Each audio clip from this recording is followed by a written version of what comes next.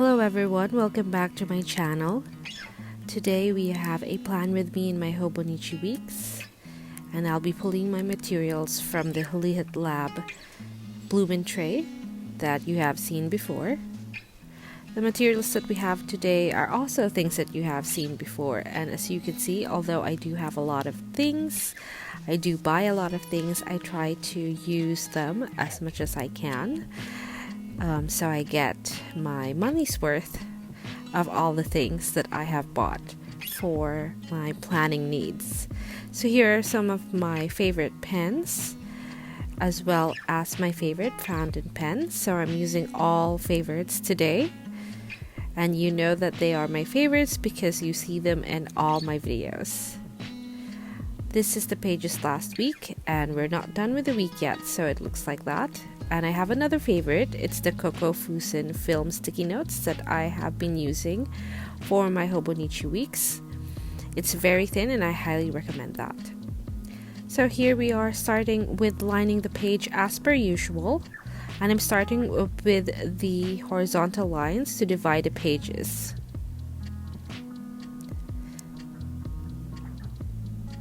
There's actually no rhyme or reason to this. I'm just following the lines on the page, but I am extending the daily sections to the right page. This is something that I often do so I can make use of that darker line, vertical line running across the right page. I'm also making my tracker section, and I have made this bigger starting with the last week's video, and it has been working out pretty well. And I'm also dividing the section for my next week. I switched pens this time so I can make fainter lines, fainter gray lines. Actually, this pen is new and I really like this brand. It's not very expensive, but it works quite well. In the long run, when a Tombow dries, I feel like it's a prettier color compared to this Born brush pen that I'm using, but Tombows are quite expensive, so I'm alright with this brush pen. And as you saw, I had just used it to highlight some of the areas of this page, and I'll be explaining why I did those things when I put pen to paper. Of course, the header highlights is something that you have seen before, so that is a staple for my highlighting actions or tasks or routine, I guess. And this is what we have so far. It's still very clean, and now it's time to put pen to paper.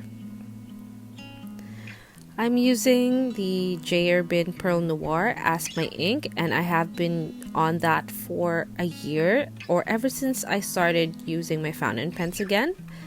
And here I am doing a little bit of calligraphy. Actually, that is just the way that I write, cursive, only longer, and I use that quite often in my planning.